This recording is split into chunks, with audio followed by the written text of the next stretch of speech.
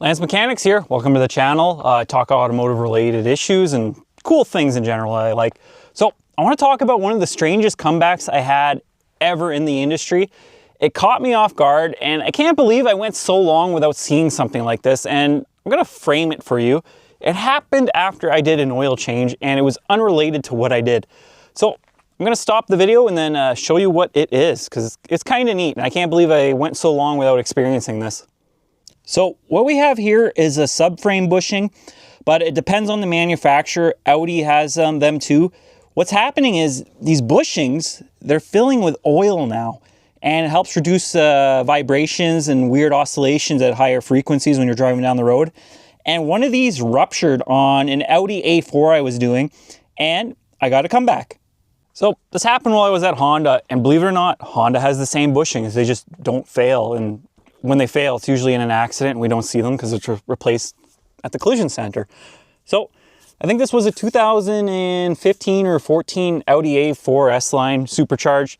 Side note, fun car to drive on a road test. I personally think it's very heavy in the steering and the whole vehicle feels heavy compared to like driving a Type R, where I can literally go around corners with my pinky because there's no torque steer, but that's a whole other subject.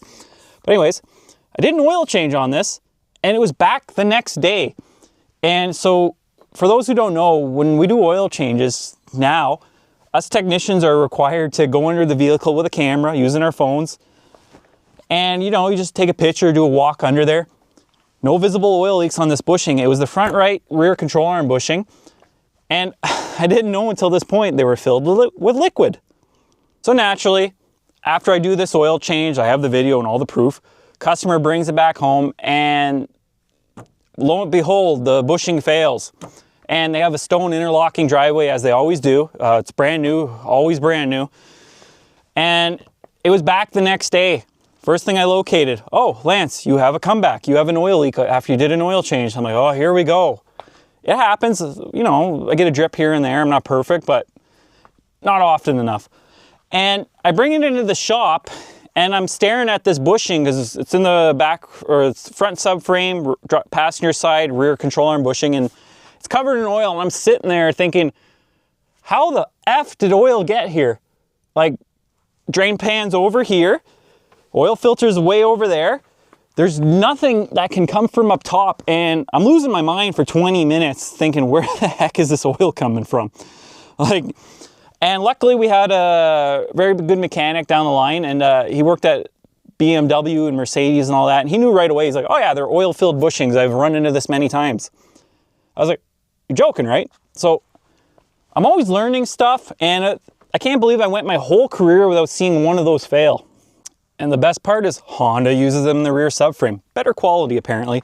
But it's like one of those things, like as a mechanic, we're always learning, and it doesn't matter what you do. The stars align and everything will come to screw you in the butt. My theory is this vehicle sat on level ground for the longest time, and me putting it up in the air on a 2-post allowed the control arms to droop enough to cause this one bushing to fail. And it's just the life of a mechanic. Things are always connected to what you do, even though you have no control of it. Would that bushing have failed if I didn't do an oil change and they went on to, let's say, a pit? Probably not, but because I lifted it in the air, it was enough to send this failed bushing over the edge. Oh, it's one of those weird comebacks, and the customer couldn't believe it either. I bring them in, I'm like, yeah, your control arm bushing leaked its oil out. They thought I was joking, like, hey, you need halogen fluid of all things, or your second transmission needs a flush. It's just one of those things, and once I pulled it up, I found technical data, explained it to them. They were very, very happy. They ended up eating the cost of that control arm, and I don't know what the damage was to the interlocking stone. I always say stone has two sides, but no, it's always replaced and then coat, and oh, I hate those. Everybody always has a stone interlocking driveway who drives an Audi. I don't know what it is. But it's just one of those weird things. I got burnt on a little bit, but I wasn't really, because I got to learn. So if I had caused it intentionally or known about it, I would have felt guilty. Did I feel guilty about the 3.5 hours plus the alignment that the dealership ate? No, because they had to pay it to me. I didn't cause the issue. It just happened to fail on my hoist. Whatever you take from this video, just realize if a car can, it will screw you over. Things happen. Sometimes things are coincidence, sometimes they're not. sometimes you putting a vehicle up on the hoist is when everything's gonna fail. I remember years ago, one of our lead technicians brought in a brand new Veloster. It was minus 40. Not a good time to lift a car up. And all 4 corners, front struts and rear shocks blew out.